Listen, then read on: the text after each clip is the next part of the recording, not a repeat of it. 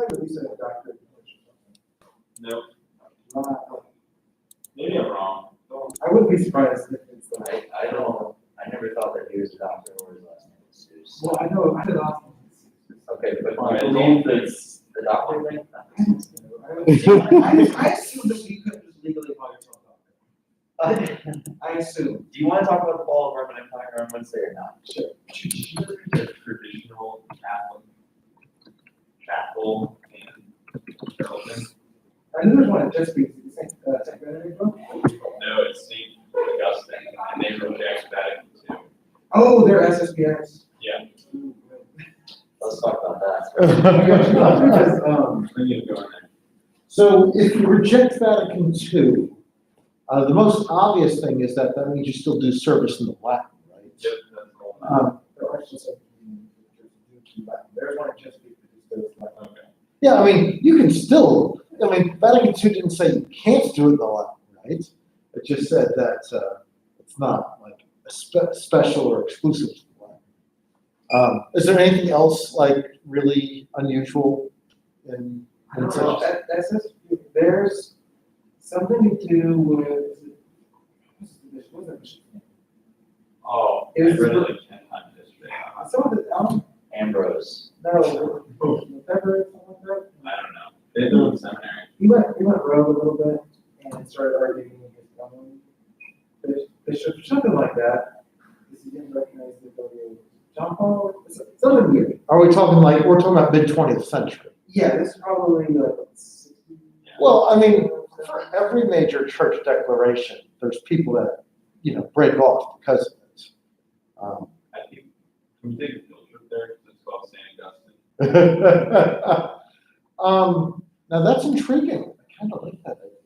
How far away is it? It's across the bridge, Carrollton. It's like 15 minutes away. Oh, that's not that far. What's it called? That's called St. Augustine. Apple. Yeah, let me Google it. Let me see It's what. hard to find. Oh, wait.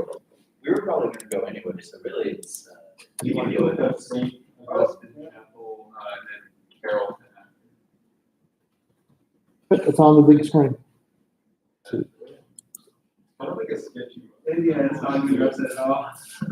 But look at their, this is my favorite. These changes have brought devastation to countless souls, is what they say. Oh, wow.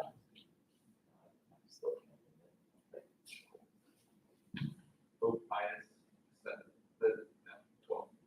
oh, wait, is that the, yeah. So is Pope Pius XII, is he the original Vatican I Council of Trent guy? He was the one that was right before Vatican II. Oh, okay, right. For Vatican II. Okay. Well, I mean, the statement is certainly true that Vatican II differs radically from, what happened immediately before Vatican II. That's certainly right. I don't know if it has the significance that they say. I clicked on something like doctor make. Oh, no, it wasn't doctor. No. It was something that was explaining what the differences are in there. Actually, if I remember right, they do like the old school Trinity Mass, but like you can still do that in like the community of the church. But I think the big thing is like leadership stuff. Yeah. If I remember correctly. This website is so 1960s. Well, actually, that looks, the 80s is what that looks like, but yeah. Maybe it's like- Wow. The errors of Vatican II. Oh my god. It is Oh, it's MP3. Bishop Marcel. Also available in 8-track. Oh, they are Senate Campus. What is that? They think that the current pope is not valid. Well, right, if you, clearly. What's wrong? He follows Vatican II. Yeah. Oh. I think, yeah. I was They have a very nice website. It's like, it has a lot of stuff on it. It's substantive. A little weird looking. All right, well, I'll investigate this, no promises, but that, I mean, what I really wanted was I really wanted more pictures of the chapel. I mean, if they had, if they had a lot of artwork connected to Augustine, I might be able to justify it.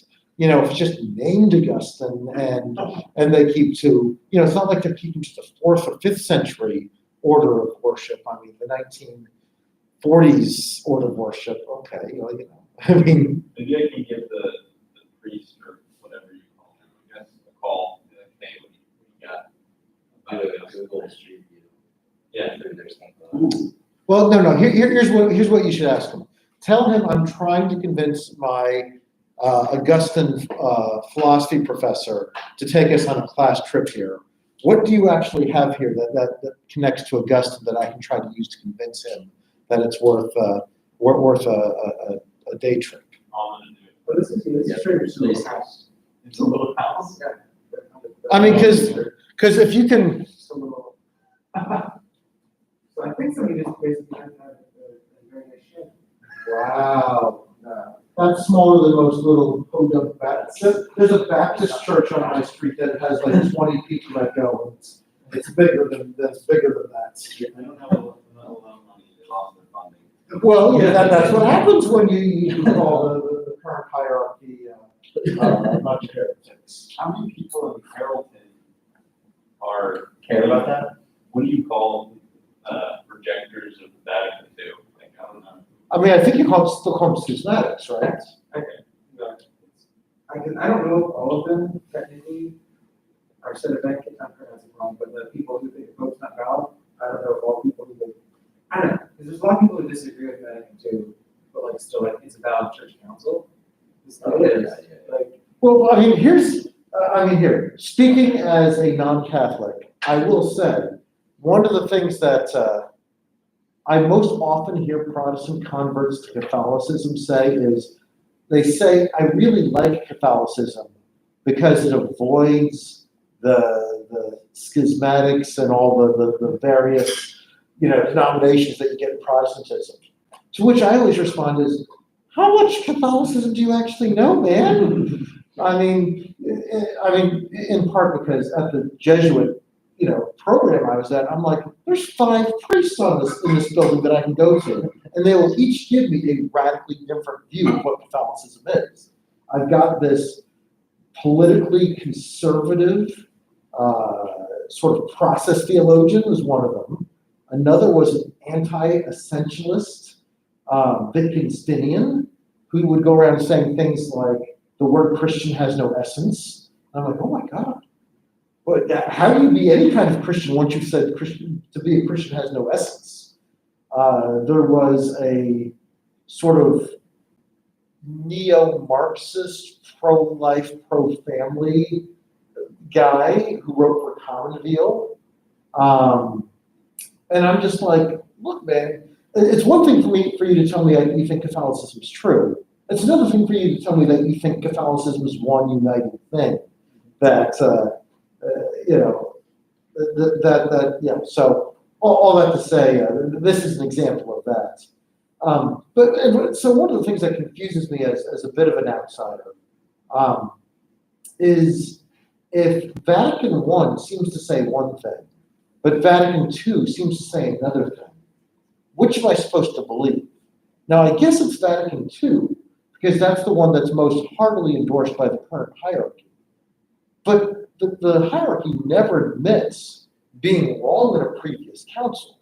They just kind of say, well, they just kind of stop talking about those things and start talking about the new things.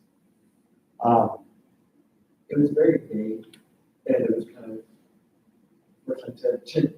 it was almost intentionally vague, which unfortunately has led to various things that aren't good. But so, yeah, that's one reason people don't like it. There's a lot of people are not very from gut reaction. People are against it, don't know much about it. They'll just say, "Oh, it just destroyed the church. It did away with everything that we already had for nearly 2,000 years." But it's like, no, they just kind of loosely define some things, and then people kind of took it for a while, and that's where you get the,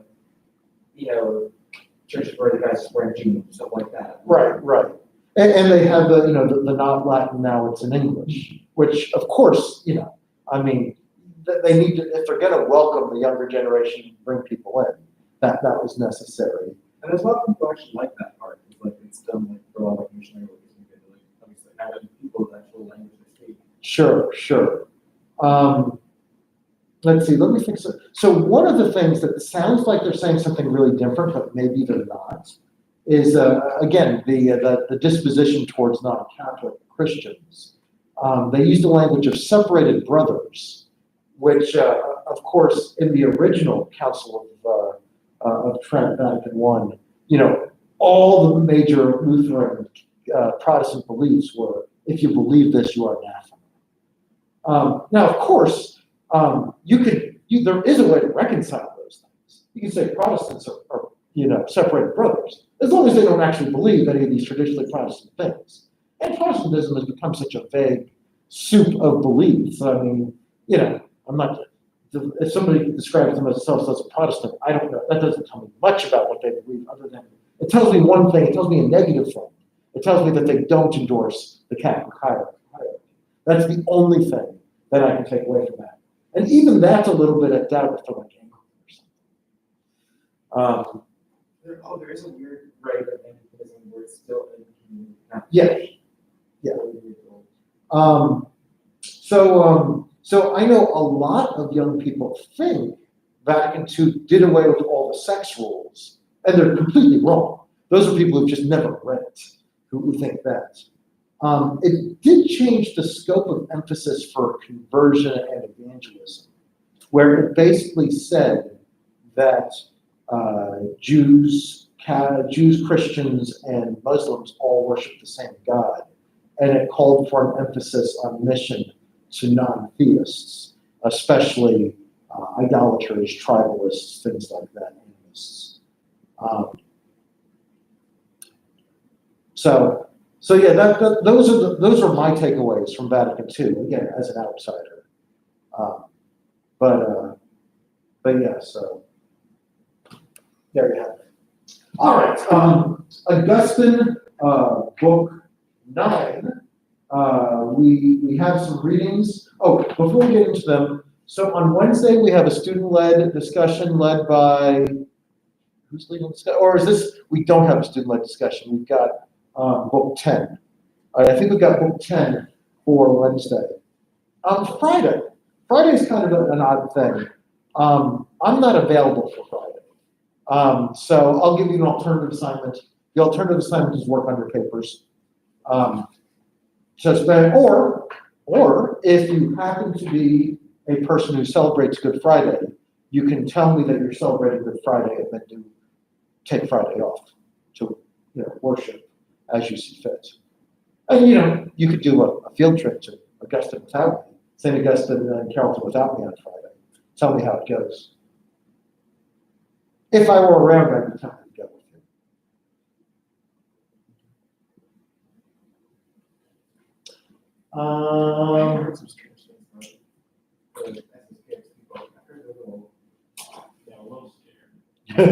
Well, don't go by yourself. We're all going, what are they gonna do?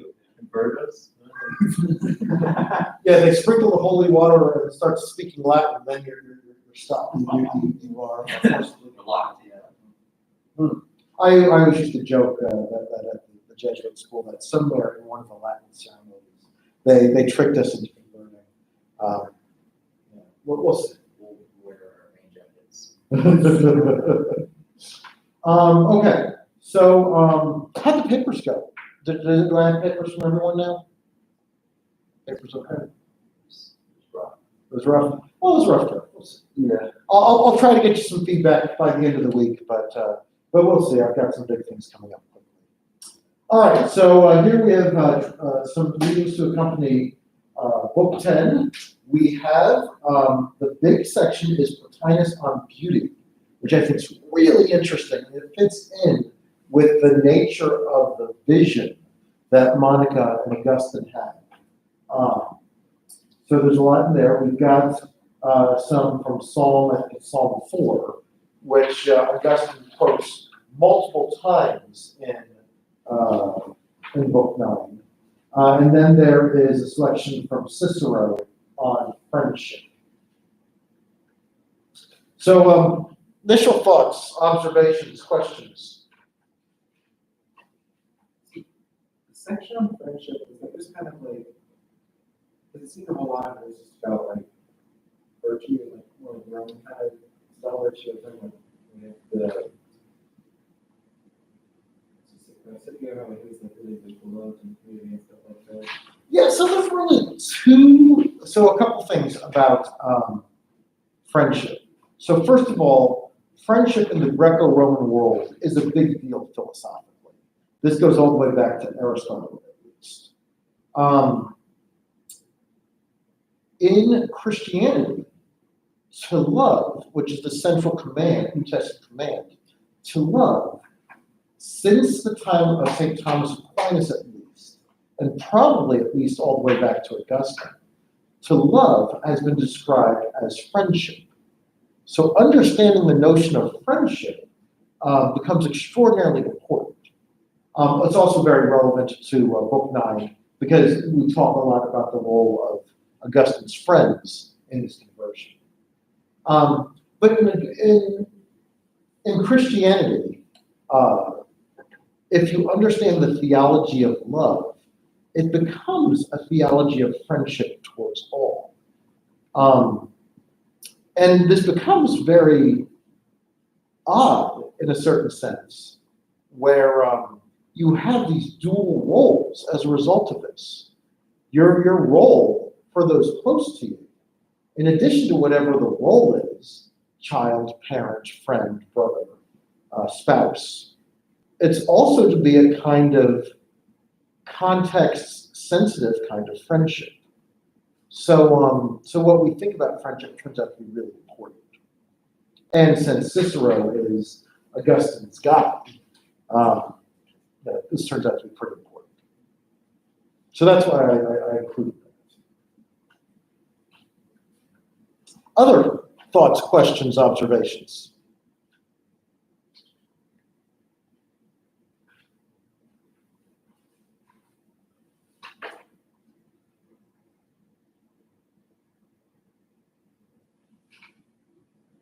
I'm a little confused for the first section. That kind of was talking about like the top like tiering and stuff like that. So how exactly? So how does this one like really relate? You said it relates to the vision. The vision in which we see the beauty of God. Let's see. I mean, throughout here, let me see if I can find some Book 9 discussion of beauty to relate it a little bit more directly. Okay. In chapter 10 of Book 9, when our discourse, and this is the second full paragraph, when our discourse, the discourse between Augustine and Maimonides, had been brought to the point that the highest delight of fleshly senses in the brightest corporeal light, when set against the sweetness of that light, seemed unworthy, not merely of comparison with it, but even of remembrance. Then, raising ourselves up with a more ardent love to the self-same, we proceeded step by step through all bodily things, up that heaven, whence shine and sun and the moon and the stars down upon the earth. We ascended higher yet by means of inward thought and discourse and admiration of your works, and we came up to our own minds. We transcended them so that we attained to the region of abundance that never fails, in which you feed Israel forever upon the food of truth.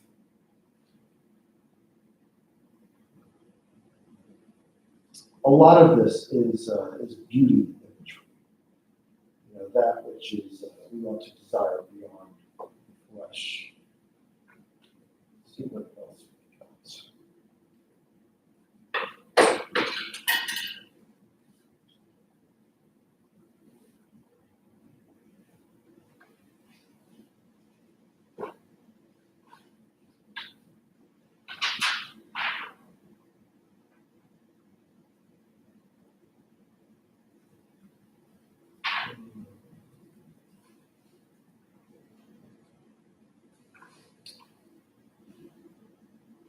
Maybe we see this as well.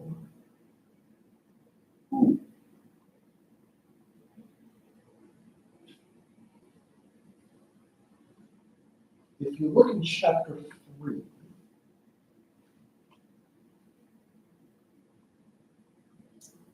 in the next to last paragraph, you see language like this. Therefore, at this time, he was in anguish, but Nebridius rejoiced with us, although he too is not yet a Christian and had fallen into that pit of most pernicious error, wherein he believed that the flesh of your son, truth itself, was but a phantasm. Yet he had emerged from it. He was thus placed. He had not as yet received any of your church's sacraments, but he was a most ardent searcher for the truth. This man, not long after our conversion and regeneration by your baptism, also became a faithful Catholic and served in your perfect chastity of countenance among his own people in Africa. For his whole household, through him, became Christian, and you freed him from the flesh. Now he lives in Abraham's bosom. All right, that had less beauty language in it than I had. Yes? What exactly is the sense you thought that Jesus did a phantasm? Yeah, so one of the classic heresies is to deny the human nature of Christ. And one way to deny the human nature of Christ is to say that Christ is just a spirit. You know, Jesus was a man and Christ is a spirit, and there's a relationship between them, but they're not one and the same. Another variation on that is to deny the physical resurrection of Christ and say it's a spiritual resurrection only.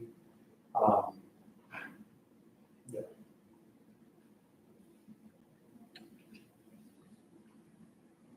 Well, one thing I wanted to focus on here is the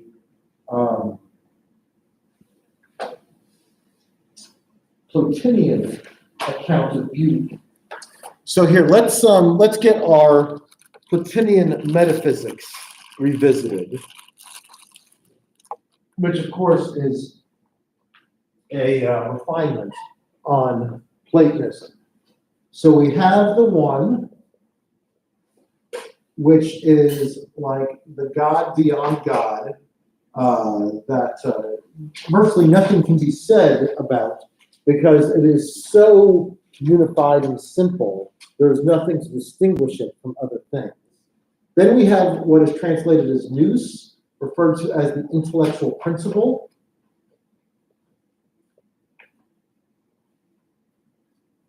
And when we talk about God, that is what we are usually talking about. Then we've got soul.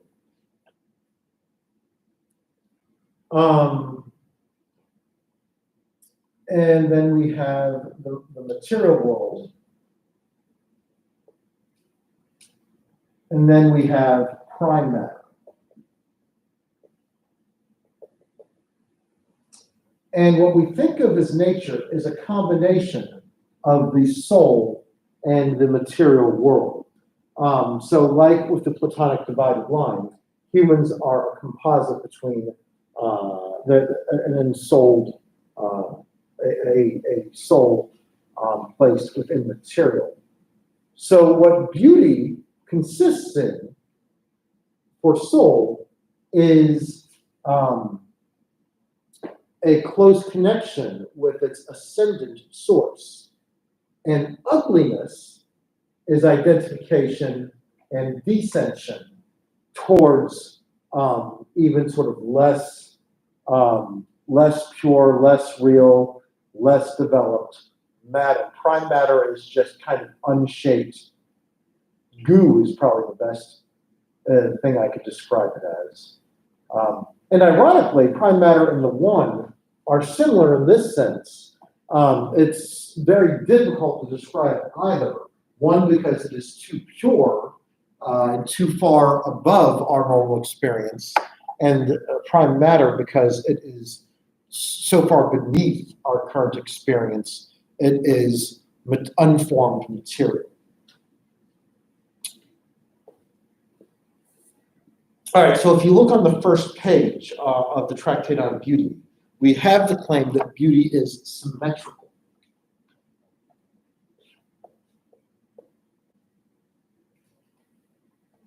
So, just a reminder, in the ancient world, of course, the idea that beauty is in the eye of the beholder, that is not the main view. The view is that the prime view in the ancient world is that beauty is mathematical and symmetrical. And this is an idea that's been around since a guy that I guarantee you've heard of, Pythagoras. That's probably not exactly the way to spell it. But the guy that in high school math class with all the triangles where they said a squared plus b squared equals c squared, that's the guy. But fun fact about Pythagoras, he had a whole philosophy/religion of numerology. He thought all of reality could be explained mathematically. I sometimes joke that I myself might actually be a closet Pythagorean because I say things like, I give my 205 students the mathematical formula that maximizes their opportunities for true love.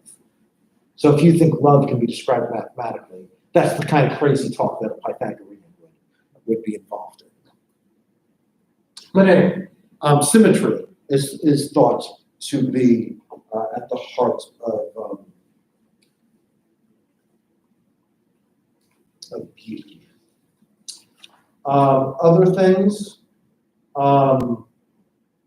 let's see, on page 2,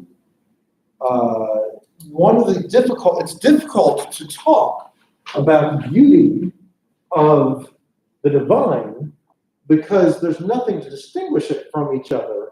It's too simple. So when we talk about beauty, we are usually talking about compounds. And compounds have constituent parts. So if you look at the middle of your second page, finally, how by this theory, the theory of symmetry as beauty, how would there be beauty in the intellectual principle, which is essentially solitary? Let us then go back to the source and indicate at once the principle that bestows beauty on material things. Undoubtedly, this principle exists, and it is something that is perceived at the first glance, something which the soul names as from an ancient knowledge, and recognizing welcomes it, enters into unison with it. But let the soul fall in with the ugly, and at once shrinks within itself, denies the thing, turns away from it, not according to resenting it. So again, the beautiful is that which in the natural world, which again is a composite, a mix of soul and material, soul and body, is that which that fixes its eyes on and sort of ascends towards the intellectual principle. That which is ugly is that which descends towards the material things and turns upon itself away from the intellectual principle.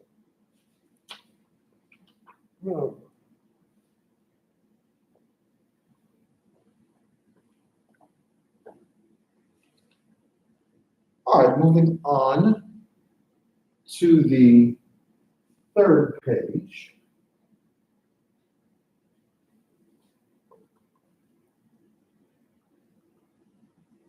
This then is how the material thing becomes beautiful, by communicating in the thought that flows from the divine. Again, physical things are beautiful to the degree that they commune with the divine. And the soul includes a faculty peculiarly addressed to beauty, one incomparably sure in the appreciation of its own, never in doubt whenever any lovely thing presents itself for judgment. Or perhaps the soul itself acts immediately, affirming the beautiful where it finds something accordant with the ideal form within itself, using this idea as a canon of accuracy in its decision. But what accordance is there between the material and that which antedates all matter? So again, when we talk about spiritual experience of the kind that Augustine and Monica talk about, of communing with one another and sort of ascending. You can find a lot of this ascendant, descendant language in their shared vision in chapter, again, where were we? Chapter 10. So it talks about the highest delight of fleshly senses, the brightest corporeal light. We ascended higher, yet by means of inward thought and discourse and admiration of your works. We transcended them so that we attained in the region of abundance that never fails. Again, this is Platonic language. This is Platinian language.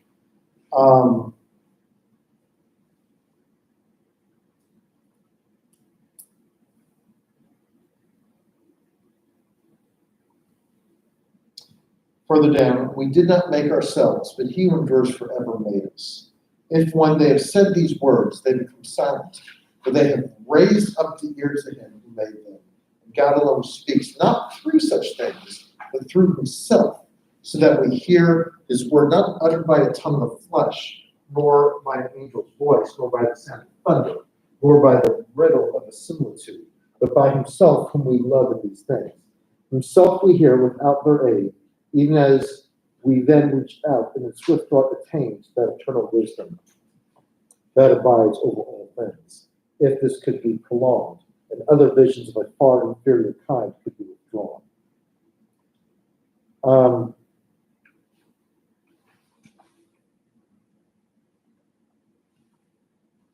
So that's so this sort of metaphysical picture stands behind things like Augustine's account of the vision of Monica.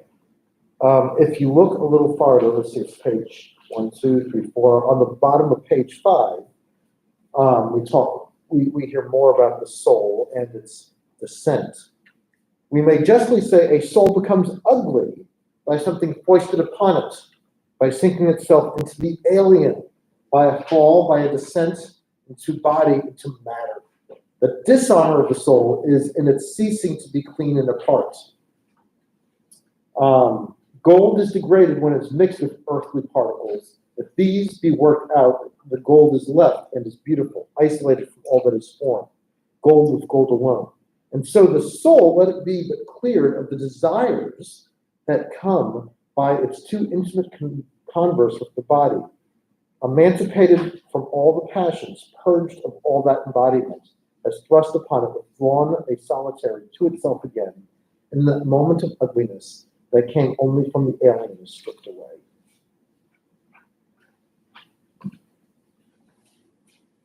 On the next page at the bottom, therefore we must ascend towards the good, the desired of every soul.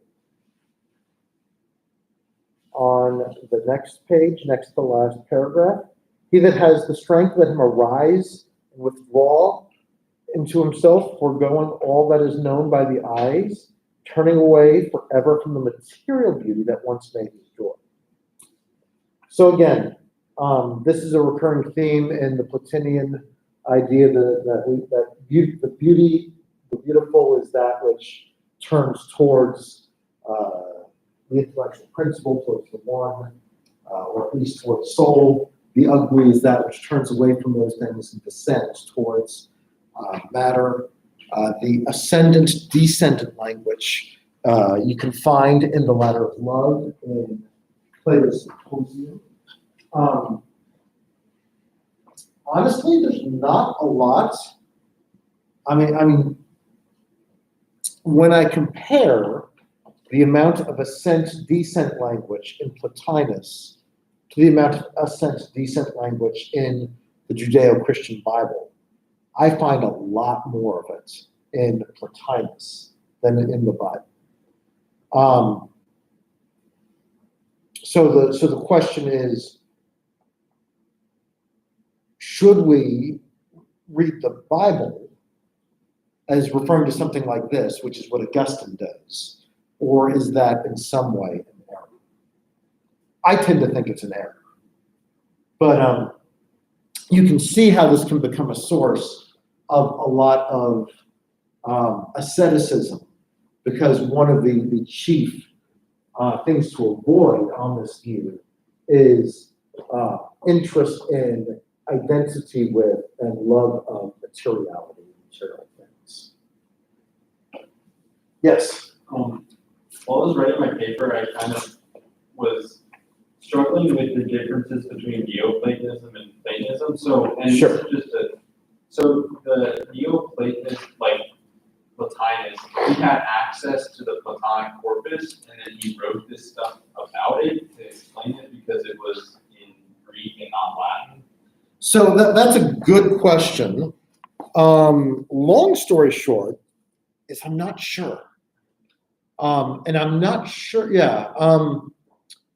it's fair to say that he's closer to the Platonic corpus, that he has more of it. I'm not sure how much of it he has, but he definitely had more than Augustine had.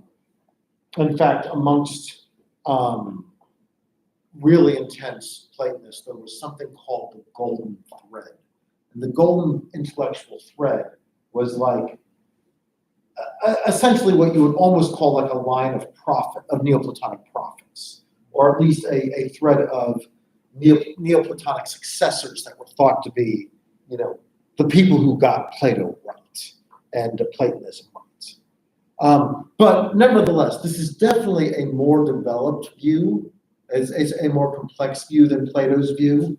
It definitely has many of the same themes. But it's not identical to it. That's the neo part of the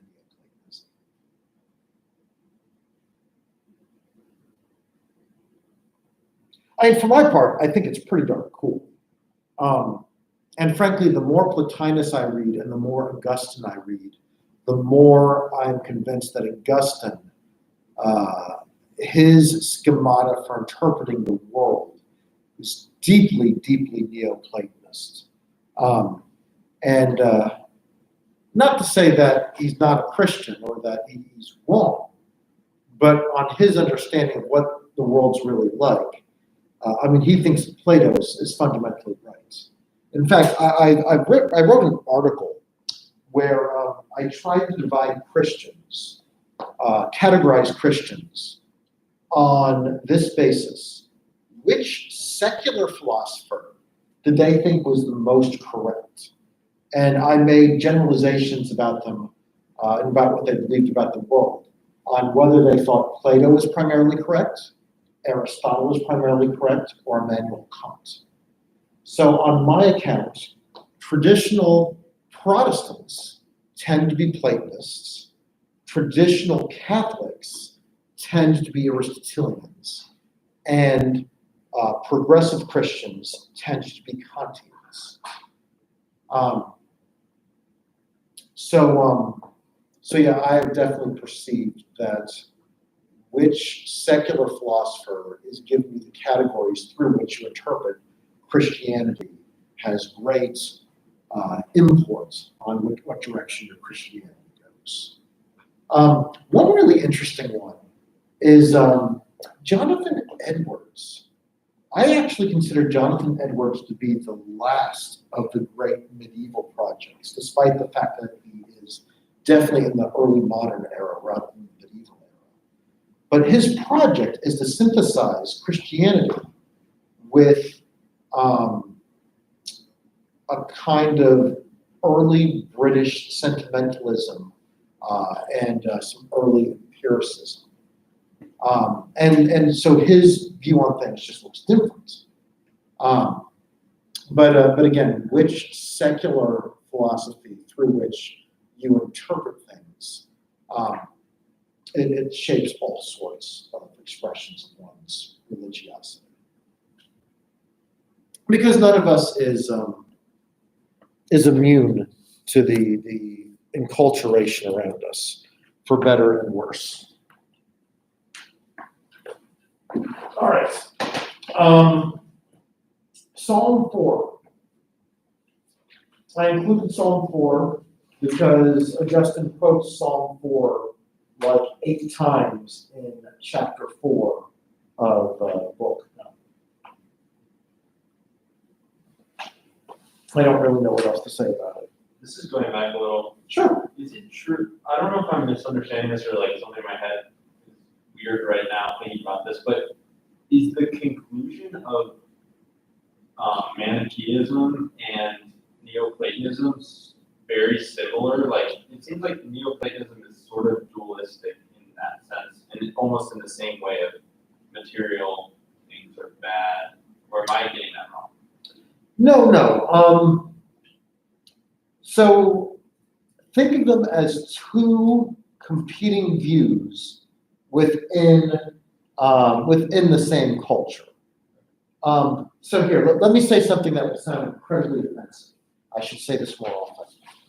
American Democrats and American Republicans are fundamentally the same. Now, that's not really true, but it's kind of true. In the same way, Manichaeism and Neoplatonism are the same.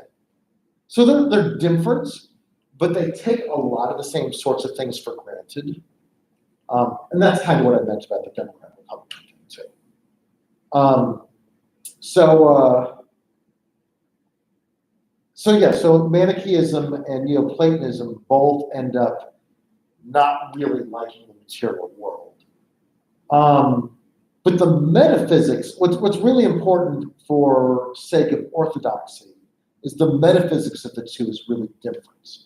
So the metaphysics of the Manichae is not compatible with theism because you need two foundational equal and opposite principles. You need basically a God and an anti-God.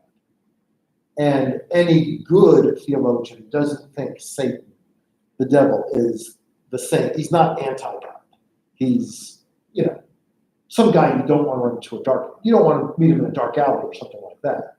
But he's not all-powerful, all-knowing. He's not equal to God.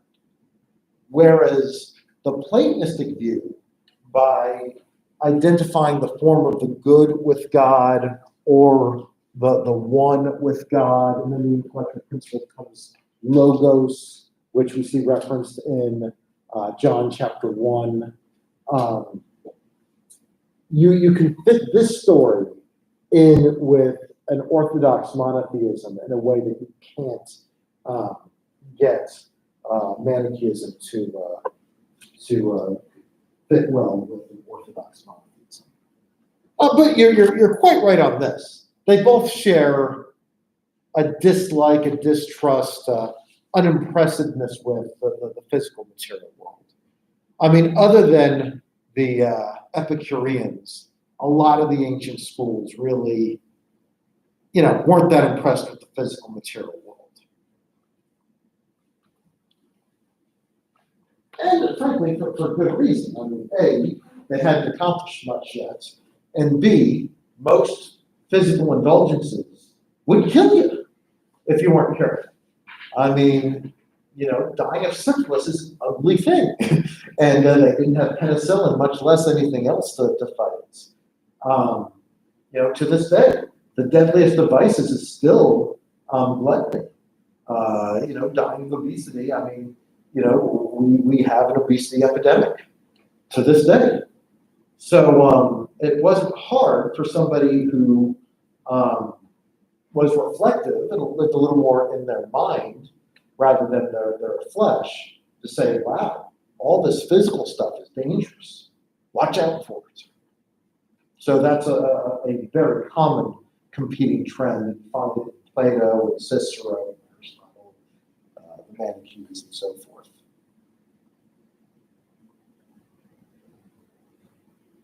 All right, finally, let's look at Cicero de Amicitia, the account of friendship.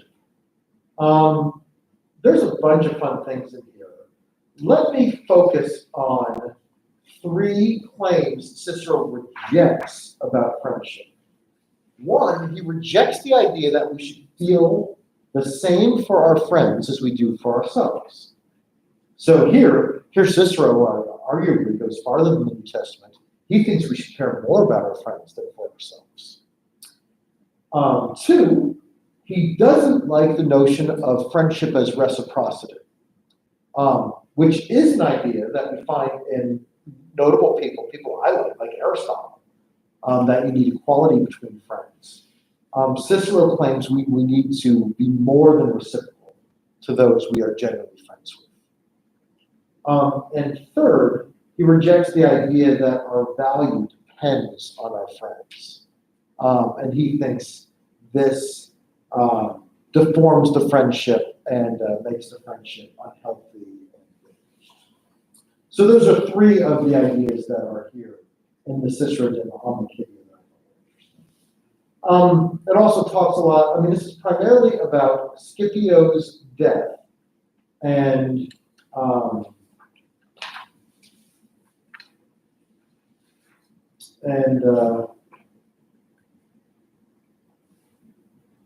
was it Laelius's friendship with Scipio? Laelius. And they both were, of course, important players in Roman government in the day. I think that's second or first century in the BC is the reign era for these people.